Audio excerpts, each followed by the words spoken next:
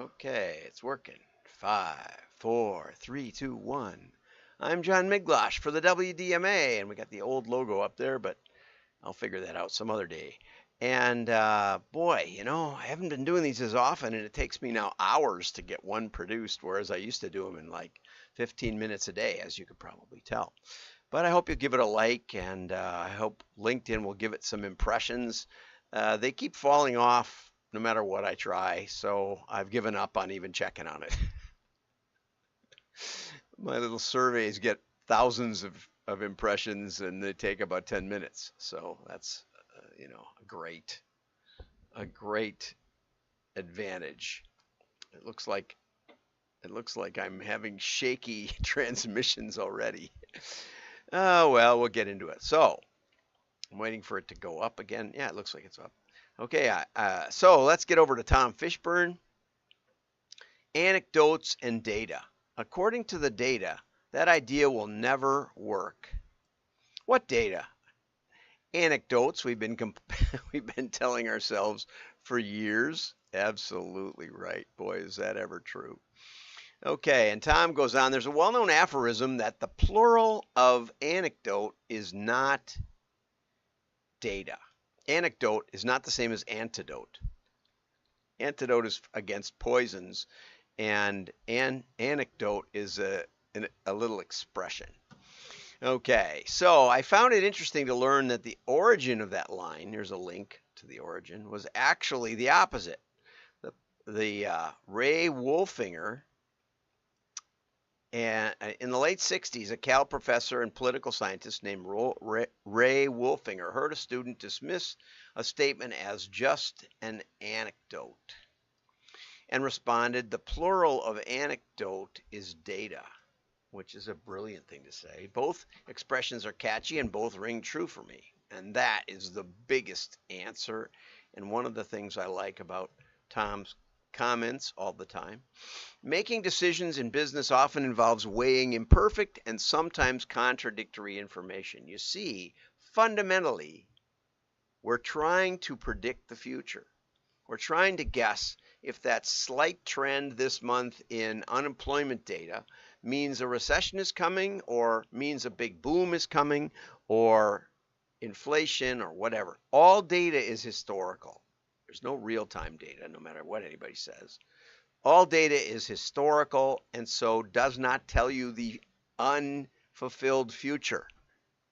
And so consequently, we always have imperfect data. No matter what you hear from the data people, or whatever you hear from the marketing gurus about predictive modeling, it's nonsense. It's all historical modeling that we hope correlates to the future. Right? We'll get to that in a minute. Okay, so at the end of one end of the spectrum, we often give too much credit to institutional folklore. These often take the form of anecdotes we tell ourselves to represent our categories, our customer personas. That's one of my favorites, customer personas. The biggest benefit of multivariate modeling, throwing 200 or 300 variables at the wall. The biggest benefit of that is that you actually can spot anomalies. You can spot the weird stuff. So people are baking less. Why would Arm & Hammer baking soda be selling more? Well, it turned out people found out that you could put it in your refrigerator for deodorant. And now that was, of course, years and years and years ago. It was an anomaly. It was an anecdote, right? It wasn't the main use for baking soda. Baking soda is for baking. Anybody knows that. And yet, people used it for deodorant. Now you can get underarm deodorant, which I've used on a few occasions. You can get deodorant for your laundry detergent.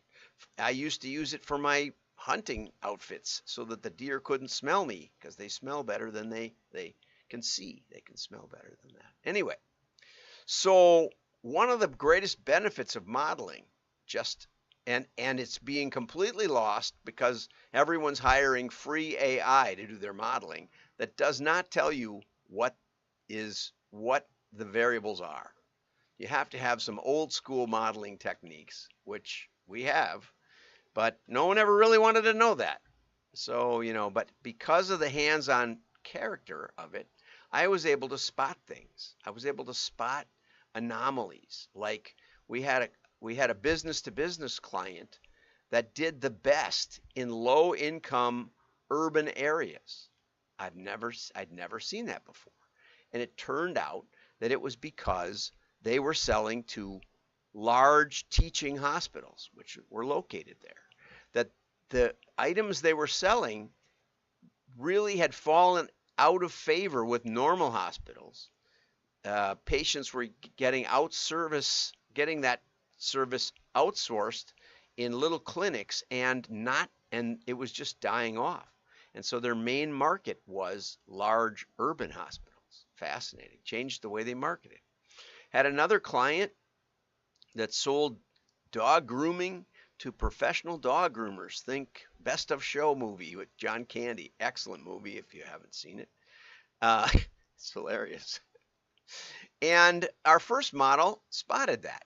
But the second model in the springtime saw a complete 180 flip where the best places, the best customer areas were in low income, low population density, low education, low dwelling value. Everything was low. And we couldn't figure it out. I thought the thing was broken for a week or so. I had the developers and stuff looking into whether our system was completely wrong. And B2B after all. And it turned out that in the spring, regular dog owners just get the burrs clipped off their dogs. That breakthrough grew that company 20% in a market that had not been growing. And it grew 20% the next year and 20% the next year. It grew so much that, of course, they didn't need us anymore, they thought. But they did hire us back years and years later. Anyway, when the growth stopped after that. Do you see what I'm saying? Anecdotes can be very valuable. They can also be totally wrong. But the great part about direct marketing is we can then test and evaluate those surprises which are available to complex marketers who keep the hands-on aspect of it. Okay, so ultimately we need both, and we also need humility in data, and that's what I like about Tom. Okay, Jim Barksdale, founder of CEO, once remarked, if we have data, let's look at data. If we have opinions, let's go with mine. Okay. And but it's very difficult to get real data because, as I said, you're making decisions about the future, but you're looking at the past. I'll pretend this data I found is reliable, and you pretend to pay any attention to it. We found this correlation in the data. Everyone take a razor, sales and shaved heads, which brings me to my conclusion. You can go look at the rest of this stuff. I used to go to a website called Spurious Correlations. Now when I search that, I get tylervegan.com/spurious-correlations. I don't know if that's related to the old site, but this looks much like it, but it has a few new features, although it's missing some of my favorite old ones. Here's a correlation between GMO use in corn grown in Michigan. Went up, and now it's kind of leveled off or gone down a little bit. It's gone down quite a bit. And also the number of registered Yamaha motorcycles in the UK. So this is 15 years of data with a 0.84 p-value, which is astounding. 1 is a perfect correlation. So this is almost a perfect correlation, as you can see from the graph. Doesn't make any sense at all, but on the new site, you can get an AI made-up explanation. As GMO corn in Michigan grew taller, it started emitting a frequency that strangely resonated with dormant Yamaha motorcycle engines in the UK, prompting a surge in registrations as they inexplicably revved to life. This unforeseen connection has left both farmers and bikers scratching their heads, but also secretly enjoying the unexpected collaboration between agriculture and the open road. And so here they show a cornfield with bikers going down the road, which Shows you what AI can come up with and why you should be using more carefully done modeling. Happy to talk. Give me a call. Join the WDMA, and you can call in for nothing, for free. Okay, now let's get over to Mark Ritson. I saw this post on LinkedIn. His editor, Russell Parson, gets credit for this because he was already at the International Festival of Creativity, and so Mark did a column on what you can learn from that festival. And but here's his article: My comprehensive guide to what marketers can learn this week. Now, before I go any further, I'm going to mess this up. So I actually got I Googled up the pronunciation for that word. So let's listen to it and we'll know how to pronounce it. Can. Got that? Can. I hope you got that. This is What is the correct pronunciation of can? Oops, of cans, and they said it too in the next one. So Mark, I hope you got that. That's the English pronunciation of Cannes. The Cannes Film Festival. It's in the Cannes. And but back to the story.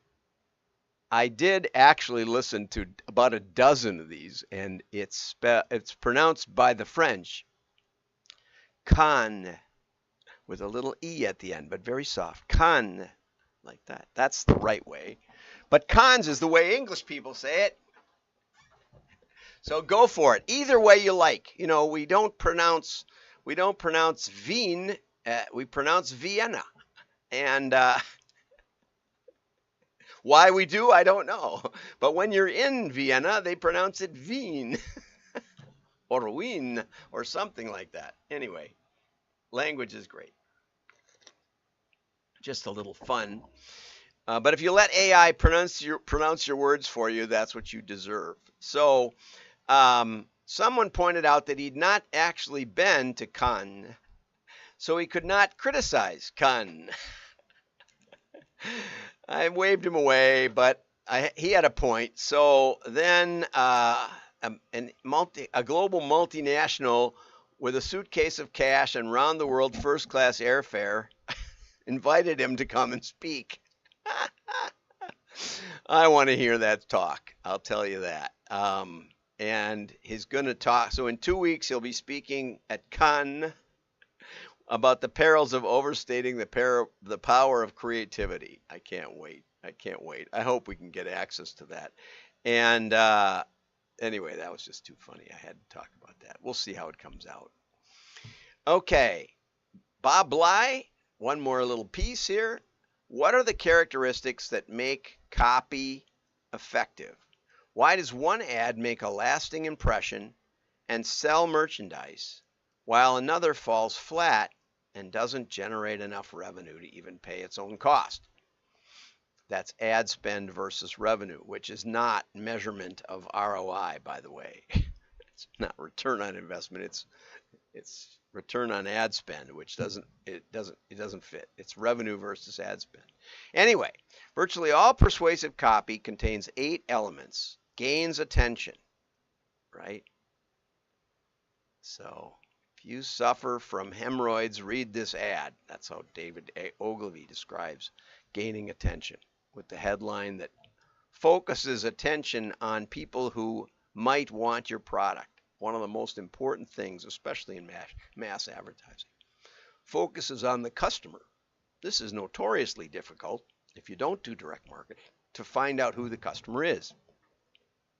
Stresses benefits. I wish Bob writes these little emails. I wish he'd give examples of this.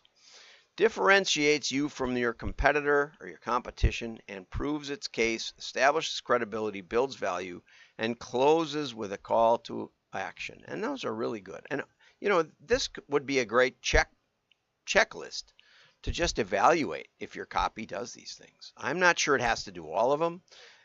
Depends on how much room you've got, right? But the illustration was, let's suppose that you're AT&T or T-Mobile.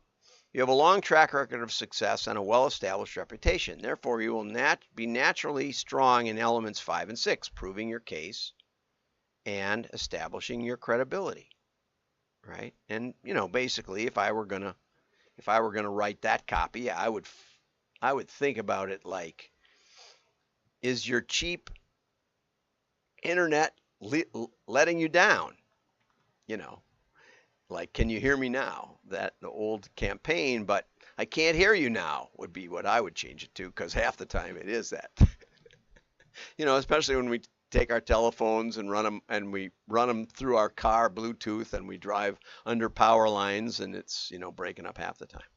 Okay, a new telephone company, on the other hand, might want to focus on differentiating features, like it's a lot less expensive,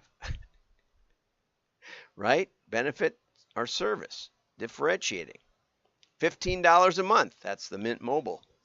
That's the Mint Mobile one. This is my Mint. I have a collection of Mint Mobile. They get less and less fun as T-Mobile takes them over, but they have kept my plan, so I have a $15 a month plan, and it works great. So and this is an important part, each product or service has natural strengths and weaknesses, and your greatest strength will also be your unguarded weakness, and vice versa. So sometimes by leaning into weaknesses, you can actually make the case that you're working on it. Like Avis used to say, we try harder. We're number 2, we try harder, right? But all 8, the strengths are emphasized and the weaknesses de-emphasized, and vice versa. Like Yogi Berra famously said, great pitching always beats great hitting, and vice versa. All 8 elements must be present to some degree, or the ad won't work. Okay, and then there's an offer from Bob for his book. Okay, that's enough for today. Like and share. Your friends will know you're smart. Thanks for listening. Bye-bye.